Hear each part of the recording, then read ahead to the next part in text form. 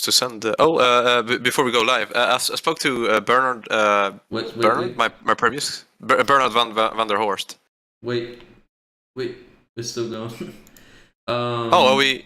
Yeah, we're live. live? We just got live. Yo, how is I guess how is everyone doing? Hello.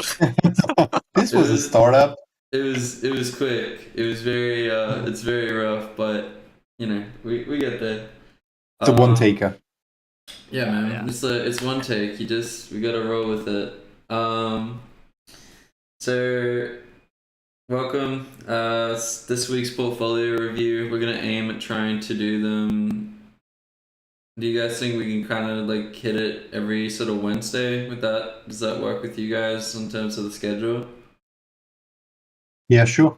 We just need portfolios, so feel free to post things on the Discord server. Yep. I think yeah, I agree. Like the more folios that we do have to review, like the easier it is for us to keep like posting this content. So yeah, like pretty much we're gonna pick out. We've decided just in terms of like keeping things straightforward and simple. We're gonna probably look at like whatever the strongest piece is in the folio, go through and just do an overview of the folio itself, so you can kind of look through it, and we'll break down like the strongest piece or what we believe is the strongest piece. That way, It just keeps things a bit more concise, and you know we stay on topic. So yeah. All right. So first up, we've got Pedro. I'm just gonna share for you guys too on Discord, just so you guys know what I'm looking at. Please do. Alright. Great. You guys can see my stream now? You good? Yep. Yes. Alright. So we got Pedro. Which one for you guys is kind of like standing out the most in terms of like these thumbnails? Like, you know, just off the bat. So just for me, it's the IBN. The IBN 5000. Yeah, this 100. Yeah, it's the second one. Yeah. Yeah. Just gonna do a quick like squiz through, just so people can kind of see like everything. You know, you've got like a little oil canister, jet engine, F1 gym, pocket rocket, electric sword that looks like it came out of Fortnite. And IBN, and the always good and sturdy chair with a Pixar looking lamp and books. Love it. Nice work. You've added a breakdown. So we're gonna have a look through at the IBM. I feel like I'm just gonna say like the one thing that stands out mostly in from my eye is the little flying yellow airplane thing, because I think it looks fun, and the colorful sword thing, the electric sword. That's like what pops out most for me, at least. Because of the colors, right? Yeah. The sword's colors for me is like the main thing that stands out in terms of like the thumbnail. Like looking at the two pieces, like I think the IBN and the electric sword are like his two strongest pieces, but in terms of actually like grabbing my eye, the electric sword is like the main one. I think when I go up close to it and just like look at it, you know, it's okay. I feel like the textures need like a decent amount of work, because like you've just got a lot of really generic edgeware. But in terms of like the actual style of the object that you've made here, it's cool, it's fun, it's really stylized. I like how you've got like this broken kind of like power cord. So also how he plays with the emissive, I really like that. How he like the like giving the emissive this good pop out. Yeah, so this here is the concept. So it's like super duper cartoony. Do we wanna go into depth on this one, or do we wanna do the IBM, guys? Which one? Yeah, let's go into the IBM, I believe, Alright. and then go through a couple of more pieces if you have, yeah. Because Alright. I think like the IBM is clearly like the most the Refined. strongest piece in this performance, yeah. Yeah, it's a Steins Gate fan art. I don't know if any of you guys have like watched that anime. It's pretty sweet. You got like a little trinket there, a little bit of an Easter egg. It's all about time travel. Ah. I see. Yeah, it's rad. Check it out. I'd say, it's cool. It's like a little prop. He's got like the breakdowns, which is really good. He's added a little turntable so you can view it from all the different angles. I think he's kind of made it really apparent that he doesn't want any gray backgrounds. He's got like kind of a blurred environment. I think. His edges could be softer in the high poly. I feel like they are a bit too hard, so it reads better from far away. Yeah, I think. Yeah. I mean, I see it as like really like depends on, if this is going to be a model that is, close up, like let's say this is something that you would go approach in a game, go up to and start typing, like you go into Fallout 4 and just you see the screen. It's quite nice to see that it is, sharp. I mean, not necessarily too sharp, but Yeah, like I know what you mean. Yeah. It feels like it's good for if I would go close to it. When I zoom into the picture, it looks like the real thing. But as like as a prop in the distance, I would say definitely smooth it up a little bit more so it catches more light, and also make everything flat. Just make the keyboards flat, make everything flat, because it's just gonna be you're never gonna go up to it closely and inspect it. But I believe that the purpose for this one is to just go up close to it and type and do something fun with the switches and stuff like that. So I think I do see what you mean, but I think what he's done really well on this one too is like he's applied very subtle wear. I think that the only thing that could probably improve it would be like adding like little knocks and dents that are a bit more like, I guess, intense on the edges, just to give it a bit more like, I don't know, just a bit more life, because like right now everything's very generative. Yeah. Also something I really like. I mean, I think this is more like a personal thing that I like to see on these kind of machines. But like sticky notes, like add a sticky. I mean, maybe it's not like within the the universe that this shouldn't be a sticky note. But like looking at the machine like this, I'm just like put a lot of sticky notes, add floppy disks, put more like personalized crap on it. Yeah. That just also like brings out like the plastic. You have several types of plastic, but then you have a different type of material, so just like paper or some ink or anything that that brings it up a little bit more. If it's gonna be like an asset that you just go close up to, it has like a key point, an interest point, or something like that. So well, based on like even with my knowledge and context of the show, like they're kind of like weeaboo dudes. They're very like otaku, kind of like they're grubs, man. They don't clean up after themselves, so the machine should look kind of like, I don't know, it should look really kind of dirty. Maybe you could like add Cheeto dust to the old keyboard just for gig, for lols. But yeah, reminiscences. Yeah. So yeah, even like I think like the note aspect to it would be definitely like a cool idea to go for. Always add some little extras that you would like to see on those little things that catch your attention. And also, I'm not too keen on how the outputs look. I don't know if they are that rotated, but I might need to see a concept of it. Yeah, those, and something could be happening there, like a sticker or something, like some other outputs, some like maybe a warning sticker or something, some user text. information, text. Yeah.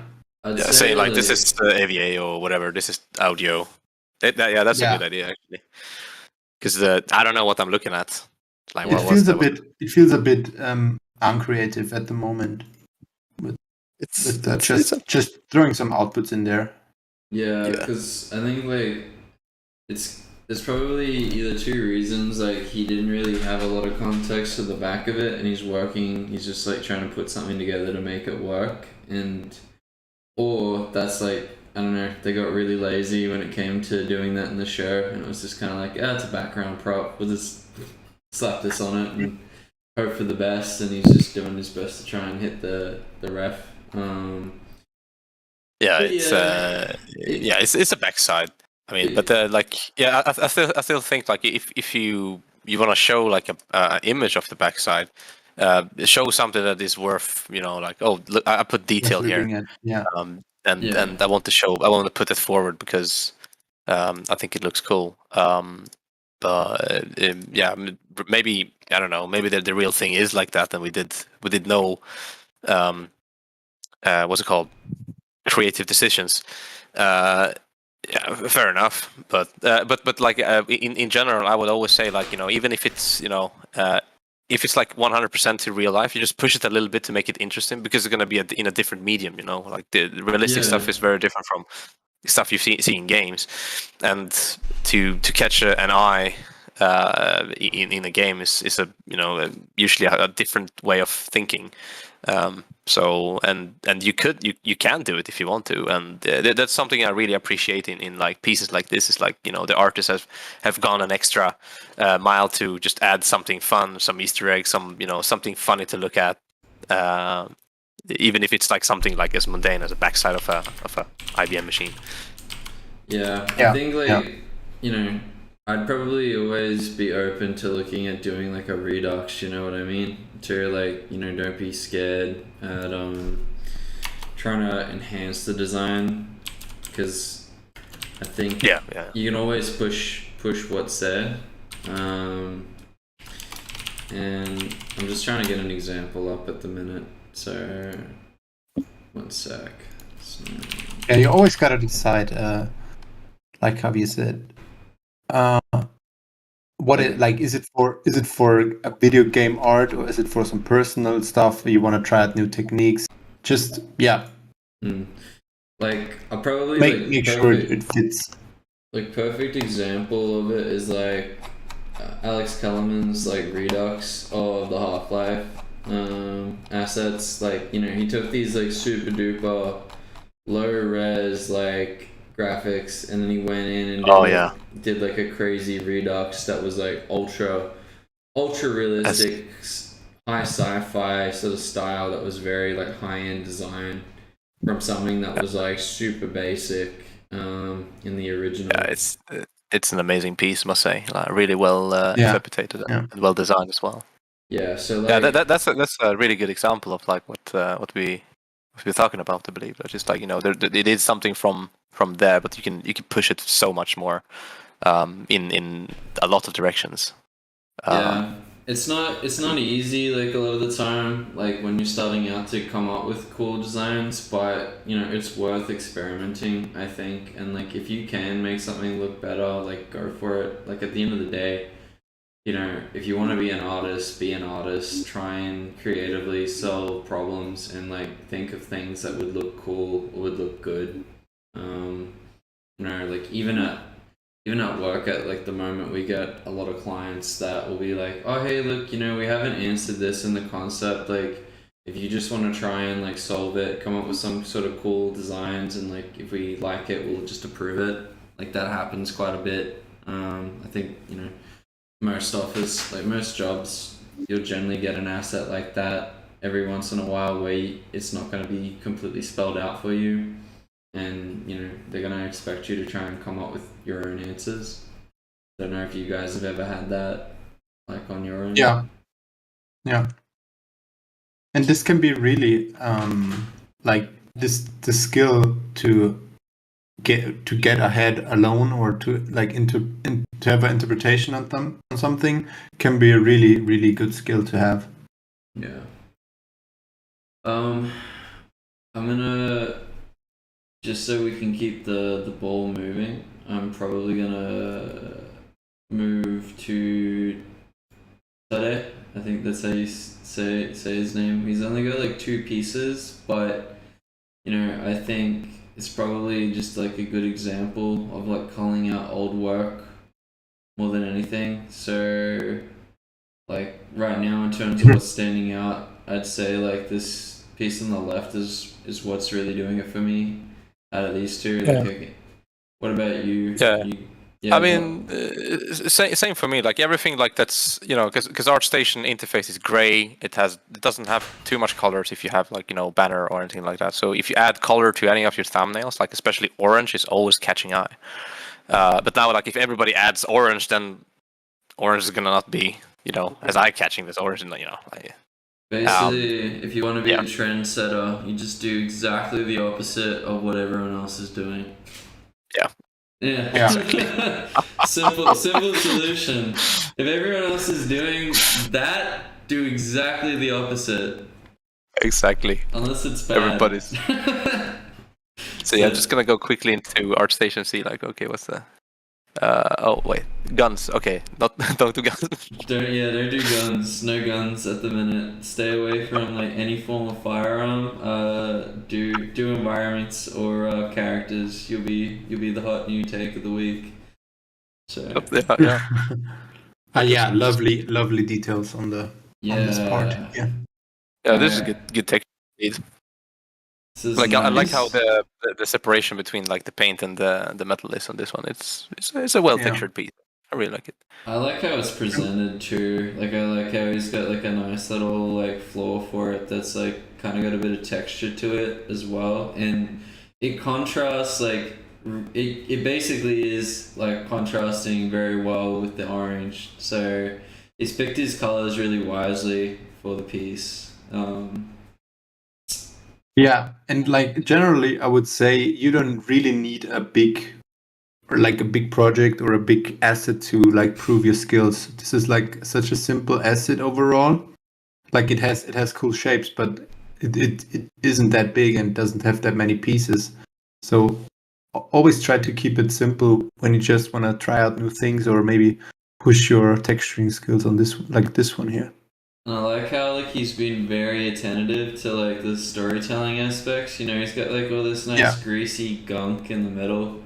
Yeah, like I'm really liking that. Like this is someone that's really like thought through his textures, and he's trying to be very, very like selective about where he puts like certain details. You can tell he's not just like, oh, I'm just gonna slap something here and slap something there. He's thought through it. And then he's got this nice clean version, which is like a product render, which is really cool. He's experimenting. So no, I really kind of dig it and I respect it. Look at that. Nice. It's pretty detailed. It's a higher res kind of model, but if you're gonna be doing stuff with Folio and you've already kind of demoed that you can optimize, which I think most people generally, if they're over time, like they'll generally know how to do it. It's just one of those things that gets better with time, and you kind of work into whatever the project managers are wanting. But going with a bit of extra detail, like or geo, to give it just that nice smoothness. I don't think it necessarily hurts. It just improves like the overall quality and the feel for the piece. Yeah, I mean, I like looking at the geo, like I think it's you don't really waste any geometry. You know where to collapse your edges and stuff like that. Like the geometry is supporting the shapes, which is the point, which is like the point of like having it so close up as well, and that is like a centerpiece of your that is your portfolio piece. I think it serves its well. There is not any waste. I say so. Yeah. Like in my opinion, like just looking from this piece alone, like I'm gonna just go to his other piece quickly so we can kind of look at that, just because he's only really got 2 of them. This loads. Cool. Yeah, like, you know, you can tell that he's put a lot of effort into the presentation, but when you look at this to like the other piece, like this is a month ago, and this is like 10 months ago, and you can see like a massive massive improvement in terms of like the skill and the quality that he's been able to achieve just with that time. You can see that he's put in a lot of effort.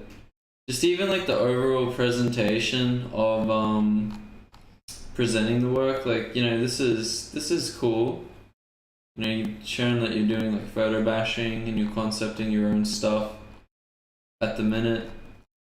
And I love, you know, anyone that does these like cool little sort of backgrounds that, you know, help kind of support the asset. Like, I'm all for that, because it shows you that like these guys really have like a love and a passion for like the piece that they're working on. I think, And it gives a purpose to the asset as well. It's just not like flying in the air or something. yeah, It makes it like understanding what is this asset doing in the scene, for example. I think like the best, like in terms of the comparison though that I can make with like these 2 pieces, like I always don't mind like seeing these kind of little texture breakdowns as well, just seeing like what the textures look like. The HP is always nice too. I think just like the overall like product design presentation, going through that to me is like, hey, look, man, you've hit that level. You know, this is someone that's serious. It really looks like advertisement, right? It could be coming right out of a magazine, like of some designer watch or something. Well, like, I guess, you know, in my opinion though, I think if you're producing pieces like an advertisement, I think that is really like the way to do it, you know, because that's all your portfolio really is on ArtStation, is just an advertisement of your skills. You're just advertising the overall skill set that you hold. Yeah, Ivan, did you got any more comments or any more points on this? Yeah, so in general, like, you know, the portfolio only has 2 pieces, so it's still very little information to go on. Like I can clearly see that you can do an asset, you can texture it, and you understand like what looks, you know, like you can present it well. But if you could do the same kind of quality as you did in the Willywood SX6R, and do like, you know, maybe like a bigger prop, or something a little bit more, you know, and I mean anything, you know, maybe like a gun or a vehicle or something with the same kind of quality. I think, you know, you will have a lot of eyes on you when it comes to like, you know, application processes, or like if you would want to apply to a job or anything like that. So that's my best advice. Just like keep the quality and keep it the same consistency. Just make more, and I think you will find yourself in interesting positions. Just make a tank. Yeah, just make a tank. Just like make something like, yeah, look, I can do big things too. Because currently, like, there's small things, and I mean, if you really want to only focus on small things, like, I'm not saying there's nothing wrong with that. It just like shows that this is what I want to do. Like, if you want to work with like small things, details, I don't know. There is like prop department that you know does that, but they also are very diverse in like doing other assets as well. So if it's like cinematic assets, for example, like if you want to do assets for cinematics in games or cinematics in general, maybe that's what I'm thinking now when I'm seeing your portfolio. You might want to focus on things that are handheld and you're interacting with them in game or something like that. So maybe if we would be working, I would think that is the best way to put you to do. If that makes any sense. So really show like what you really want to do. Like if you would put yourself in a work environment, and say like, okay, I want to do vehicles, or I want to do the props. Just show that so much in your portfolio with the quality that you have here, and you're good. Yeah. Yeah. I can't argue with that. I think like, you know, they're all pretty much valid points. I guess like, is there anything else like maybe that we could look at? I think like it's pretty apparent like you do want to work on props.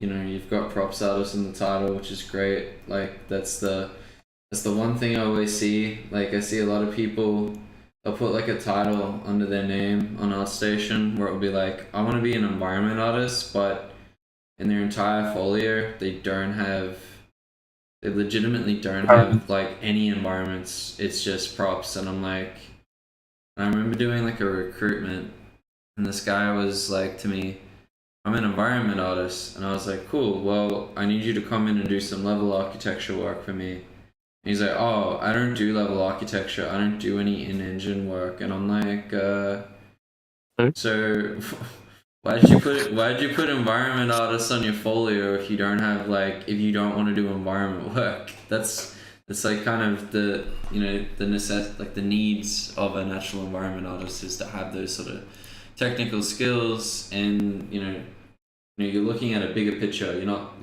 looking at trying to get into the nitty gritty. He's like, oh, I just want to do props, and I'm like, well, you should probably advertise yourself as a props artist. You're not communicating to someone like myself that what you want to do. It just like to save yourself, you know, pretty much. It like as well, like, you know, if you don't want to have like environment work thrown at you, don't be an environment artist or advertise yourself as an environment artist. Yeah. So it's just to save everybody some time, and also get you in a position where you will be happy and can excel in as well. So I think that's that's a good point. I'm gonna be honest with you guys though, like it happens a lot. Like it happens so much that like you'll get someone and they'll post like for a position and they don't have anything in their folio that reflects what the position that they're asking. And it's like, dude, like you want that position, but you've legitimately got no examples of that type of work. So yeah, like I'm gonna probably leave it there because I don't want to go overboard with the point. But it's just, please, in future, if you apply anywhere, just make sure you have an example or like two of like what you want to do. Because if you do that, trust me, the hiring manager or the lead or whoever's going to be reviewing the folio is probably going to be a lot more receptive to like what you're putting forward. That's just, you know, just a bit of advice. Just reduce the frustrations. That's what we try to do. Like, and increase the communication. Yeah, just be honest and tell what you want to do. I wanted to do a last but not least, just like kind of a bit of a highlight of like one of our principals, Javier Benitez. Sorry, I got a lot of Javies that I know. We've got there's a lot of Javiers in this industry. He's ended up making like a shotgun piece just to like showcase he's kind of been branching out. Like Javier's background is primarily environment work, but he also loves to do weapons and props. And you know, I thought this was kind of like a good example of just a very like high quality asset, in terms of like, you know, something that a lot of people, in my opinion, should be kind of striving for quality wise. But additionally, the one thing that makes me really, really happy is that he's gone in and actually like presented a really in-depth breakdown of the asset. So, you know, he's gone in and he's pretty much like outlined his entire process and procedure do that, even including like things like YouTube videos where it's like a sped up version of him modeling the weapon. Like you can see that he's using a Fusion 360 CAD workflow, and this sort of stuff, it's great. I love seeing this because when I can kind of like get an idea of like how you work, it's gonna make it a lot easier for me to go like, oh cool, like I'm getting to see like behind the curtain.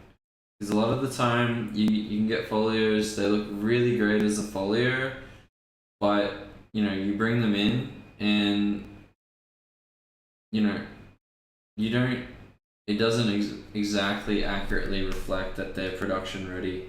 Like you might have an asset that someone spent like 6 months working on, and that's cool, but a lot of that time probably could have been saved with feedback from peers if they could actually look into your actual process back from the beginning to the end. Like, do you guys kind of agree with that sentiment? Like, folios can sometimes be deceiving. Yeah.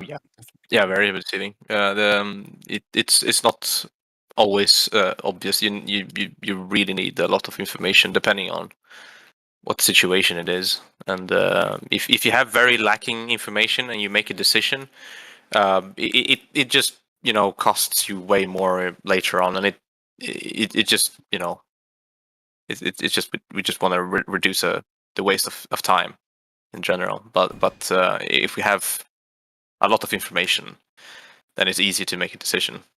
So otherwise you have to wing it.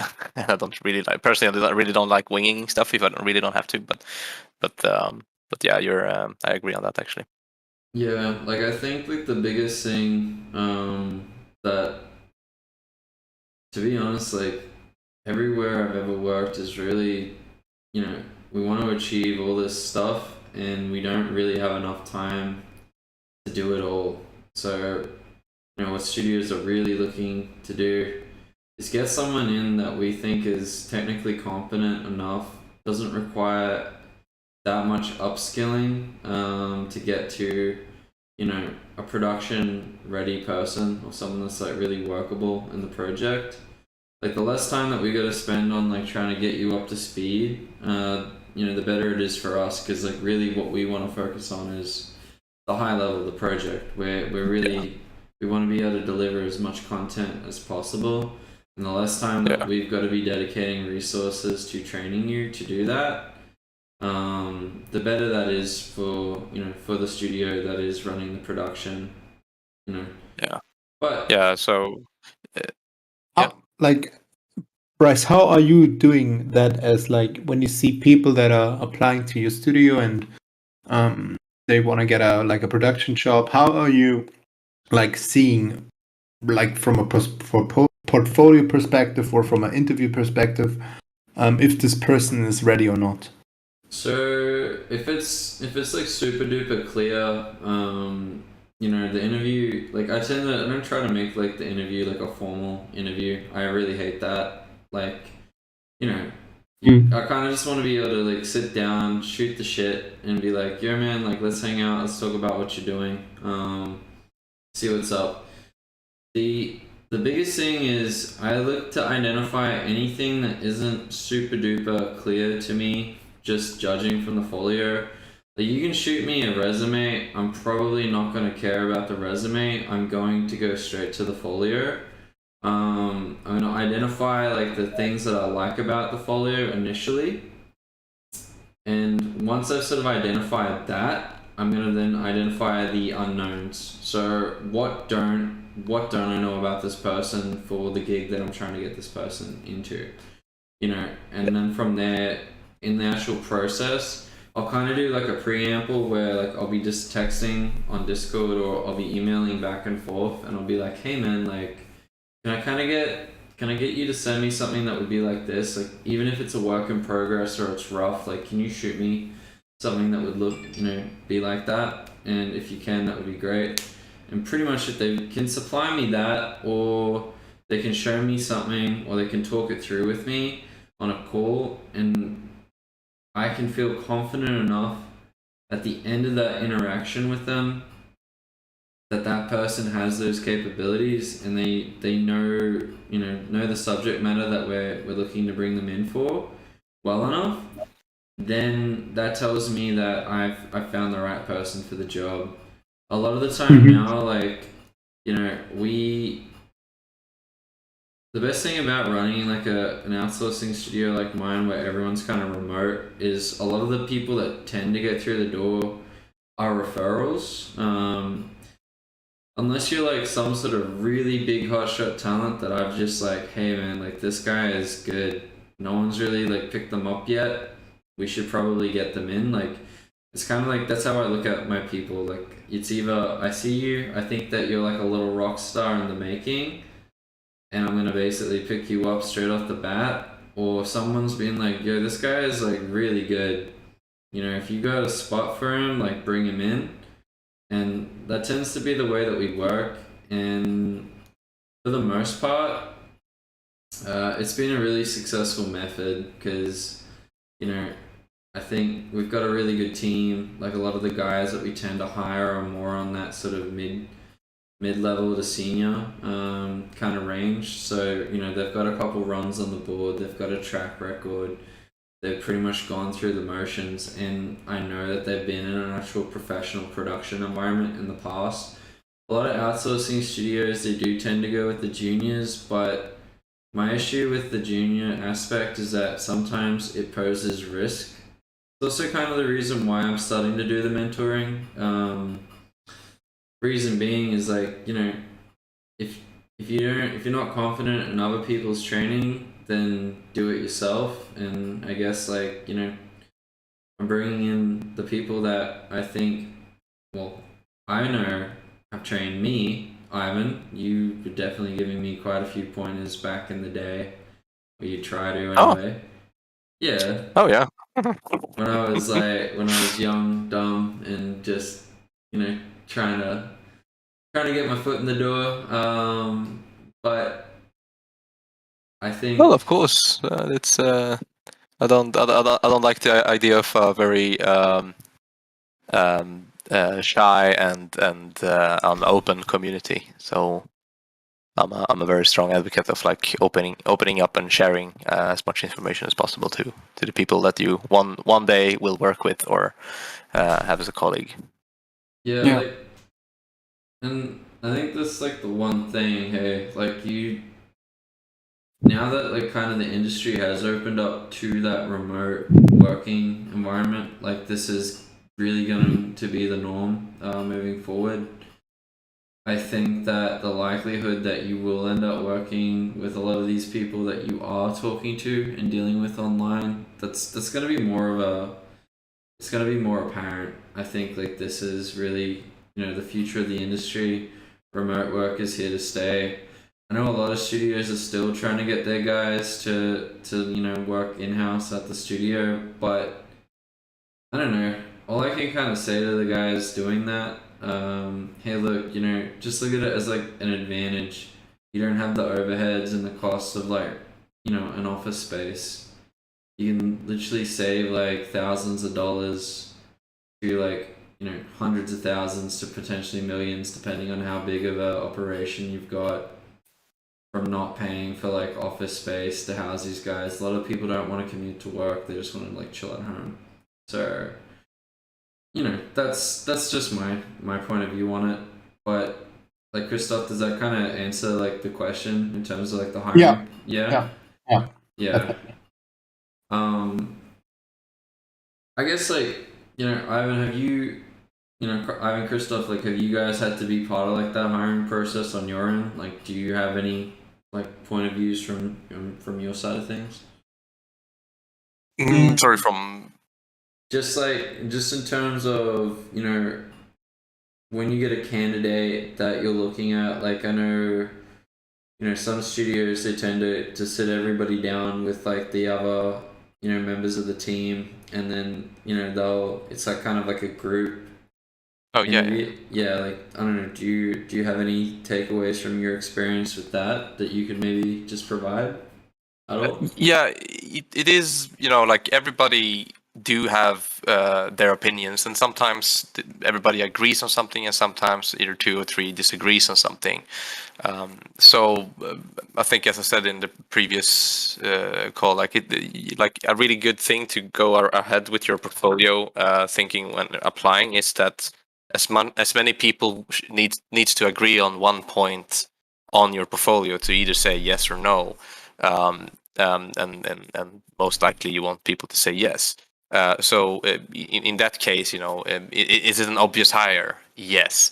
If it's not an obvious hire, then you go into more discussions, and then when you go into more discussions, you start like looking at stuff and details, and you say, "Oh, you know what? It looked good in the beginning, but now I looked at it like 1,000 times." Same as you as an artist, when you start looking at your art for like ages, you're gonna hate it.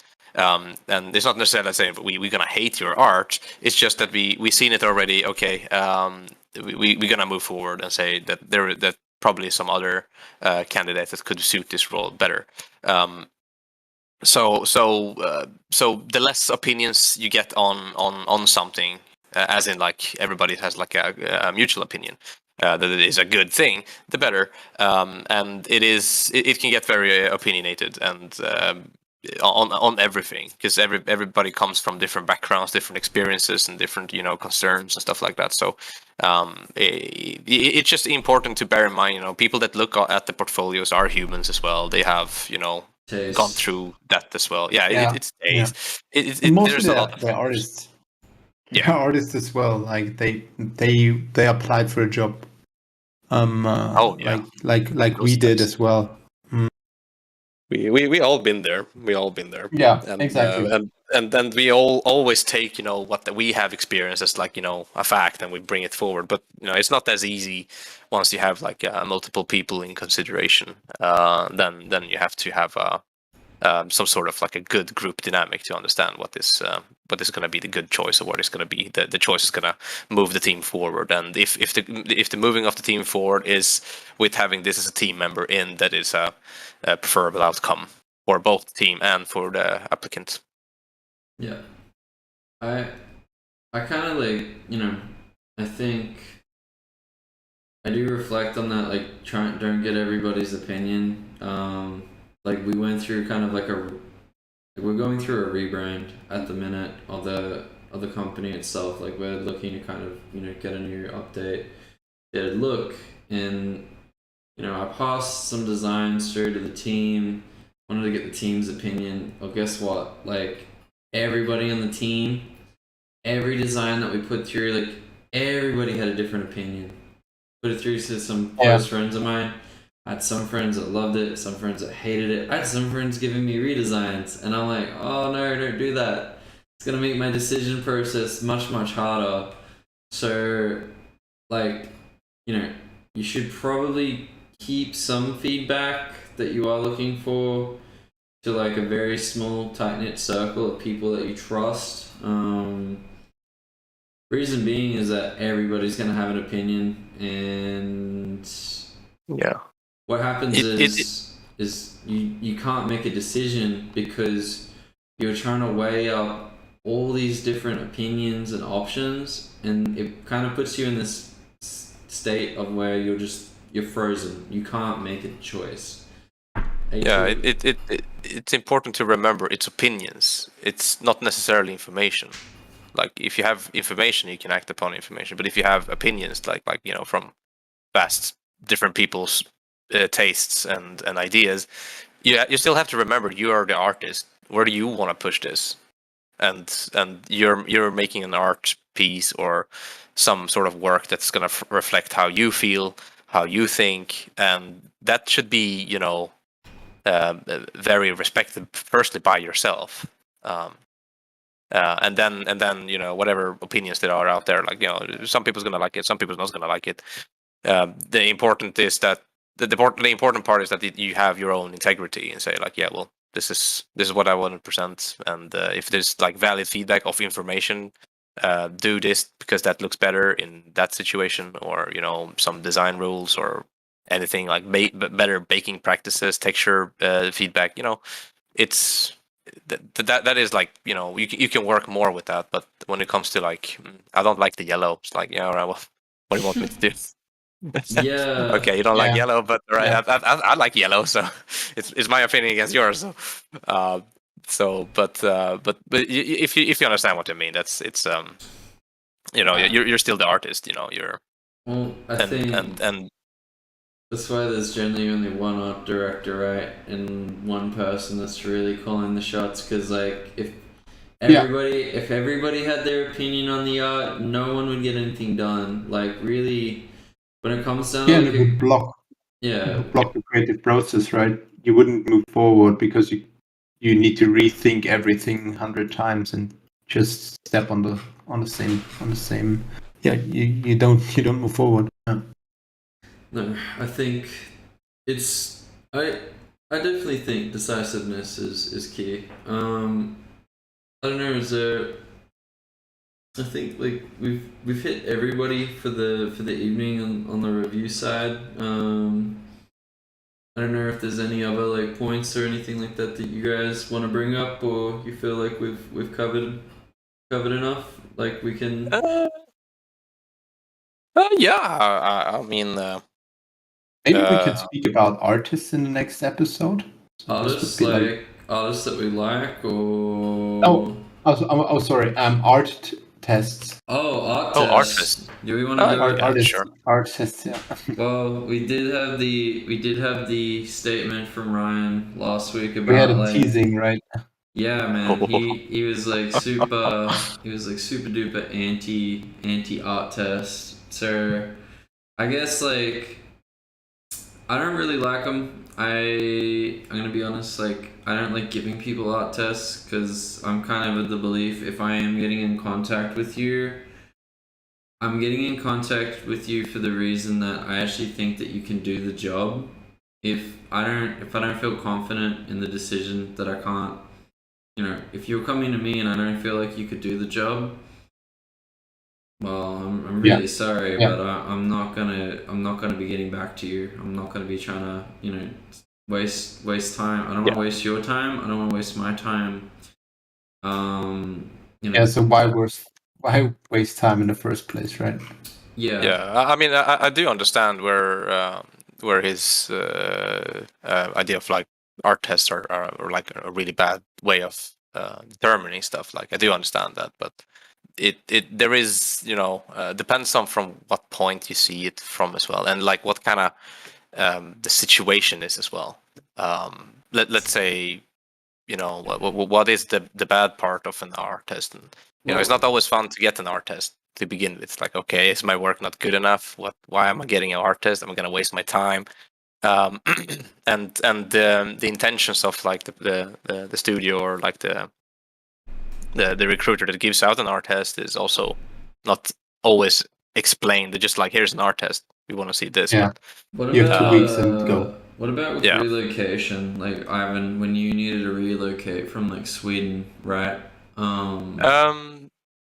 Yeah. Was it like when you relocated from Sweden?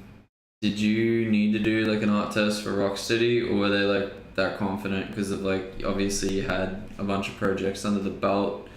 Like I'm just curious because like I look at it as like, if you got a candidate that is moving overseas and say they might be coming from like a smaller studio or something like that, like I could kind of understand it just due to the level of investment that kind of comes with the relocation. Yeah, so the company that hired me at the time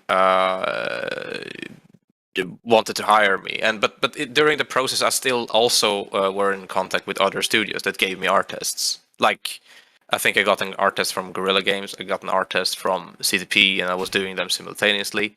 But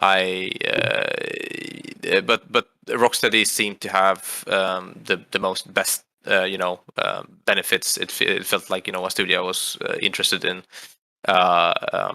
and it was in London, which was a big thing for me. And the other ones are in Poland, and the other one is in Amsterdam, the Netherlands.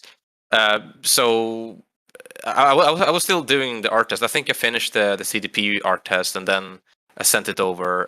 They said thank you, and then Rocksteady got in contact, say, hey, we want to offer you a job offer, offer a bunch of interviews, and then Guerrilla Games came in and said, "Here's we like the interview, and here's an art test. We want to see how you're gonna design this." It's really depending on the studio and what they want to see. Because like usually, like when I got an art test, I was like, another one. Do I have to? But then being on the other side of it as well, seeing why an art test is given out is not because we doubt you. We just want to see if you're gonna be happy with the work. Like foremost, like you're gonna be enjoyable. How is it to work with you? And it also comes like maybe the studio had some really bad experiences from before, and that's why they say we need an art test, because that what happened before was a terrible thing that happened. Oh my god, it wasted everybody's time and it ruined so much. So it's really like on what side you are. Once you finish an art test and you get accepted, you don't have to think about an art test. But the only time you kind of get annoyed by it is when you get it, and then you have to spend like a week. But I do agree, like art tests should be paid, because it's still your time. Depending on like how much you're gonna pay for it, or if the asset is gonna be used. This is another thing, yeah. So I don't believe that art tests should not be reflecting anything that is going to be used in the game, but it's going to be in the same direction as the game is going to. Like if it's going to be a concepted piece, you should do like an art test that is a concepted art piece, rather than doing something that would fit right into the game. And we don't have people that could do this asset right now, so let's get some dude an art test and to make that asset and put it into the game. Like what the fuck? That's not super nice. Weird, yeah. I don't like that. That's where it goes too far. That's when it gets exploitive, and I think like those practices generally, if they get caught out real quick. Yeah. Like I think there was like old school days. I remember some studios, like I don't know, some indies would get really tricky with it and try and like, oh yeah, we don't know, man. We're gonna give you like an art test. And I remember like you'd always see like the call out post on like Polycount with like a studio that's been kind of like, hey man, you rejected my art test, but it's in the game. What's up? So I think generally if studios end up doing that, they tend to get caught out real quickly, and they kind of get on this blacklist of just bad, malicious studios. It's also a signal for the artist. They are gonna if they're treating you like that before you even get hired, how are you gonna be treated? How they treat you when you get hired, right? Yeah. So it's how they gonna exploit you. Well, exactly. It's not fair. Like your time should be valued. Your time is important, and you are a human, not a number. Well, I think it also poses like the discussion. Like I remember like having this discussion like with the production team, etc. On our side, and like a big thing in terms of like we've been pretty fortunate to have a lot of employees like stay retained, employees and contractors stay retained at the company due to the fact that it's quality of life at the studio, like actually ensuring that what I'm seeing personally is that like people want flexibility. Like people don't want to be like tied down. People don't want to feel like they're kind of, people want flexibility if they want to go out and see their family, or they want to take some time off.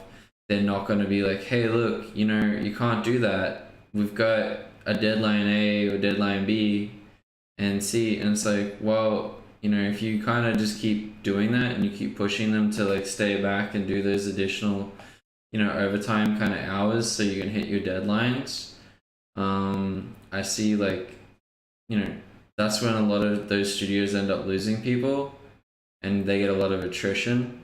Like from what I'm kind of witnessing now, like the main thing that like a lot of you guys kind of want is I want to be able to go on holidays when I want to go. It's like that cool. And what it really comes down to from my perspective is that we actually like properly quote projects, we bid them out, we organize them, and we have things in place to make sure that if someone needs to take time off, we're not going to be like kind of, you know, the whole operation isn't going to burn down if someone goes on a holiday.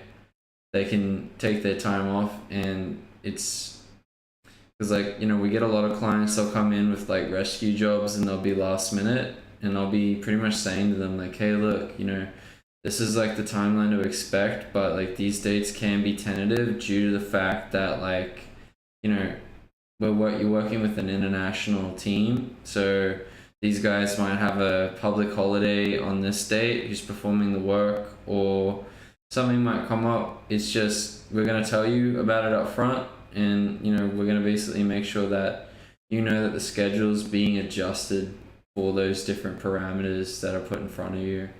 I think like that's becoming more of the norm, and that's like pretty much what the expectation is kind of being set at the minute, just with like everyone kind of shopping for new gigs.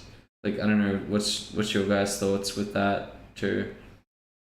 Oh, I just had yesterday, like an article come across my eyes. I saw that Bulkhead. Maybe you've heard of the studio. It's like a smaller indie studio that is going like AAA, and they're really expanding. They went from like 5 working day week to a 4-day working day week, and they were really good. I think they really benefited from that. So it's interesting to see how things are changing in the work life. Yeah, I mean, you know, like you can only, like, I think it's determined like how many effective hours you have per day. Like it's not 8 hours, like 8 effective hours as well. It's very hard to achieve. Like if you work, you know, focused like constantly for 8 hours, you're gonna, I don't know. Some people can do it. Other people, you know, get trained. Depending on how much you focus, like, you know, is it as like work 8 hours and be hyper focused like for 8 hours, or is it, you know, the what is expected from you to, you know, be an effective person that works with something, and also not be not burn out as well, because if you burn out, then, you know, you mistreated your staff, or something is very wrong. So like, you know, you can only be effective for as much hours per day, and pushing that even further, like, you know, it's not healthy for anyone. It's definitely not for the person being, you know, doing the work. So it also comes down into, like, I don't know, this kind of goes with my philosophy on it. Like, I don't believe in an hourly rate, because the thing is that I'm basically, if I'm paying you on an hourly basis, you know, I'm trying to micromanage every cent that is getting spent on you, which is, I'm gonna be honest, once you get kind of to a certain size, it gets harder and harder and harder. Like, I've got to put in I've got to put so much cost into systems to actually make sure that I get that out of you. And I'm gonna be honest, like, I prefer the day rate system. So like the way that I look at the day rate system, if it takes you 4 hours to complete a task in a day, and, you know, you get all your work done, it's to the quality that I need it, great. You got basically an additional 4 hours of your day to do whatever you want with. Vice versa. So it's kind of like some days you might have very minimal work, and some days you might, you know, have more work. But all I know is that you have that sort of day rate. I tend to ask my guys to cap it at 8 hours, because, like, you know, obviously that's the standard work day. I think like the 4-hour work, like 4-day work week is an interesting concept, but I think when it comes to like a studio structure that would be like mine, it's kind of a bit more difficult to achieve due to the fact that, like, that's how we're billing clients as well. Like, all we're doing is adding, you know, a margin on top of the rate that we're getting from you to perform the work. So like, I see completely.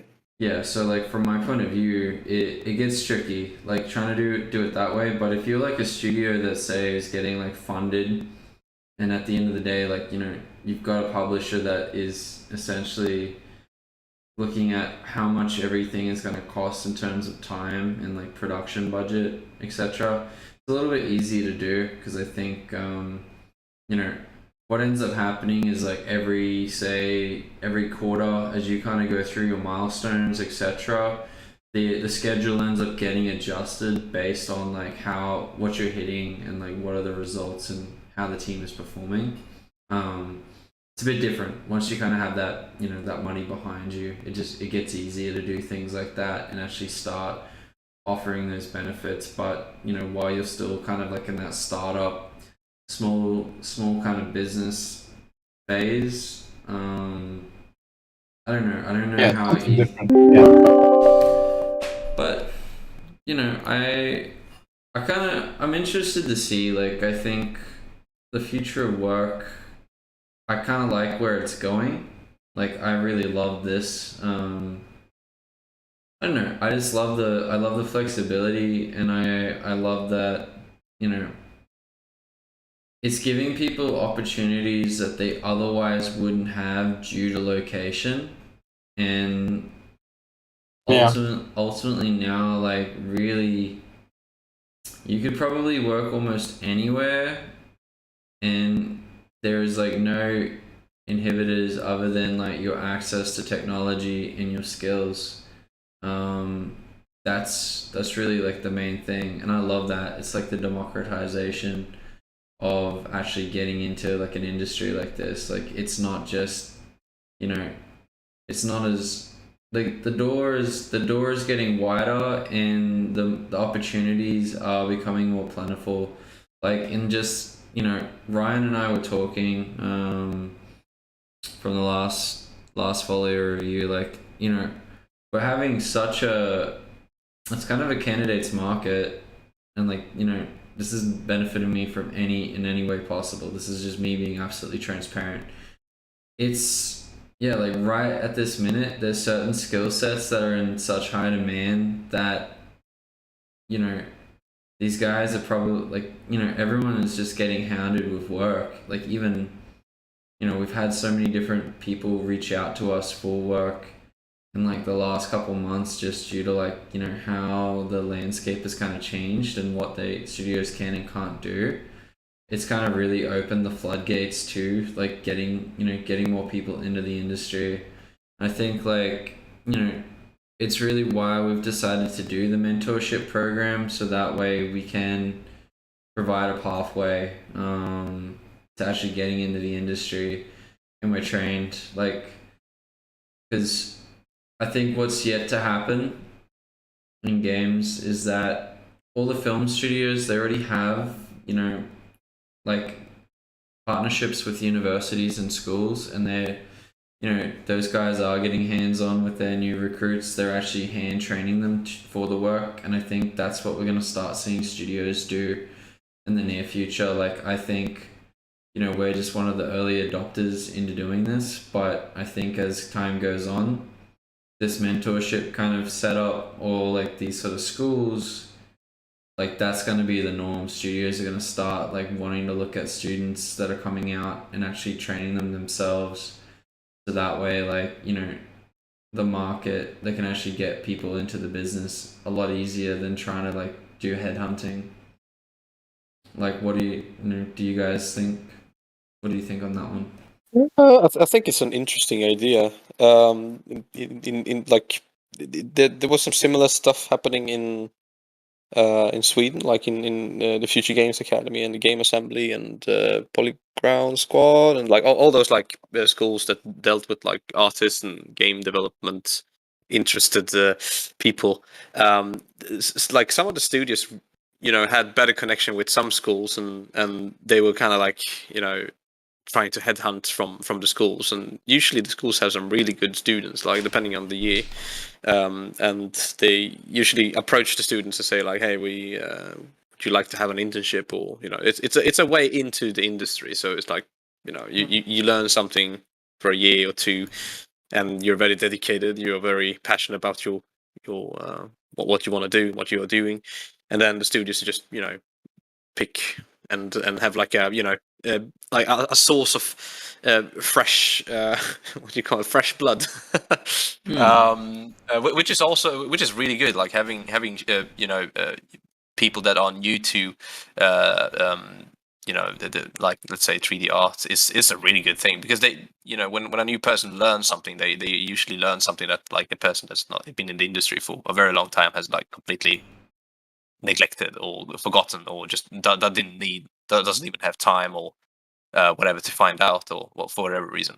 So one thing I see with like people that once they are like really highly ambitious, they're making like they are the top of the game on the art.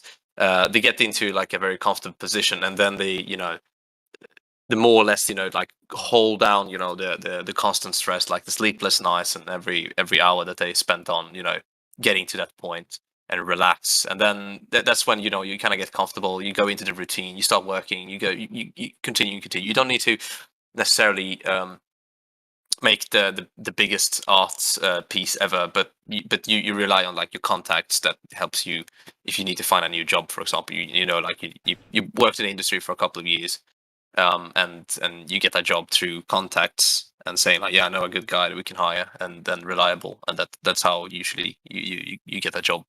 But for like people that start out fresh, they do have a lot of like what's new going on, like the latest information, the like a fresh breeze. So it's really good to I would recommend studios to partner up with schools and then get in contact with the students, because there is some valuable information that the people that worked in the industry can give them, and they can also see what is going to be the future. What's the future college going to look like? Yeah, I think, and like new blood is always good.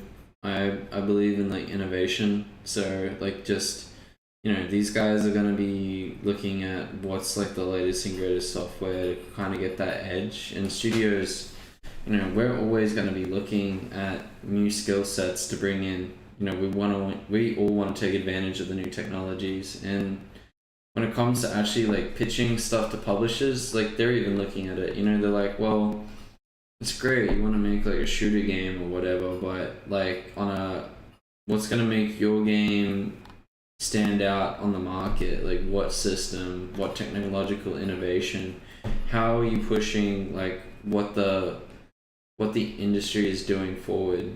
I think that's like what publishers are really looking for, is like gaps in the market, innovative new products, solutions, things that are really going to like put the industry on a new level. And that's where like students are always trying to get in with the latest and greatest software. And there's also like industry vets that kind of pioneer. Like I look at Josh Lynch, like no one was using Substance Designer until Josh Lynch was basically doing material balls, and then like that became like the norm. That was like the trend. Yeah. So yeah, it's like art community history. It's really interesting. Yeah. That could be like a whole like series, like where did it all begin? Yeah. Like you just go through like oh, remember when PBR got invented, or like when that one it was introduced, and what happened before PBR, etc.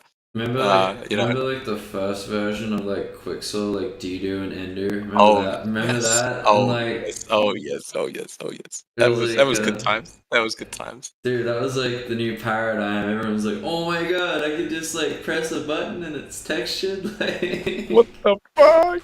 yeah. Yeah. No. And then you'd be like, well, why don't we all just use this? It would be so fucking easy. And then you just realize, oh fuck yeah, it's very limited and it crashes all the time and everything looks exactly the fucking same. God damn it, what's going on? It's kind of, but it, to me, is like the insane thing is like when you like watch the journey from like the start to like the aspect of like, man, this thing used to be like peanuts and now it's like it's now part of like a major conglomerate. Oh yeah. Yeah. I mean, I think like industry trivia would be very interesting to have like a talk to, like someone just goes through and gathers loads of information about what happened in the past and how it led up to like what it is today. Like I mean, I remember like it was a time where like there was not that many people that made guns, for example, and then like there was a lot of people that made guns, and now there is so much guns. And you know, like before that, I don't know, I remember really what it was, but it was characters. Like everybody wanted to do characters, and then you know everybody just realized, oh, characters are really hard to make. I'm gonna make a gun. It's like, and then some people say like, well, guns are easier, but still, it's really fucking hard to make a really good looking gun. So, but yeah, I guess you have to start from somewhere. Yeah. Good stuff. Did you have something that you wanted to say? Not specifically, no. Alright. But yeah, let's speak about art tests in the next one. Yeah, Maybe for sure. we can speak about some experiences you had, maybe some good experience, some bad experiences. Yeah, sounds good. Let's do that. I think it's definitely like a topic to discuss. Like I think, you know, there's enough history over the years to kind of like go through just, you know, the different changes. Like, you know, Ivan and I, like I got my start before like PBR was a thing. Like it was pretty much we had UDK, we had Photoshop, and you had Unity, and I think CryEngine just became a thing. And that was like, CryEngine. yeah, dude, that was and Crazy Bump. Don't forget Crazy Bump. Oh yeah, man! Everyone was still like, "Yo, are you using Crazy Bump on your normals? You're not? Oh, you're a noob." And Mama Set Toolbag was like was the first one, Oh, yeah. and there was no baker in it. There was no baking. Yeah. It was just a you had to bake it in X normal. Yeah. And Knald or whatever it was called, Knald. I'm gonna just pretty much for like timekeeping sakes and stuff like that, just because like I don't want to bore everyone to tears. We'll save this juicy stuff for like the next one. Yeah. There's a lot of stuff we can talk to, so that's great. Yeah, I would say we've still got a couple mentorships on offer at the minute. I think we've got 4 left in the next batch. So pretty much, you know, the last 4 are on offer, guys. If you guys want to sign up, get on board. Feel free. You know, I think the mentors are really keen to work with you. Like we've got some really great little mentees to start with. And you know we're keen to bring more on board. Ideally, like the idea is that we kind of want to grow that, and we also want to grow the community around it. So if you guys have any feedback, anything that you want to post in the Discord, like we really you know encourage you to do that, because we want to see what you're working on and where we can kind of help with it. So yeah, thanks for tuning in. We'll probably catch you next week on the show. And if you guys have any suggestions or any ideas for us, like shoot us a message or just, you know, come into the Discord for a chat. You know, we're really keen to hear from you. Cool. Alright, I'm gonna end the stream. Peace.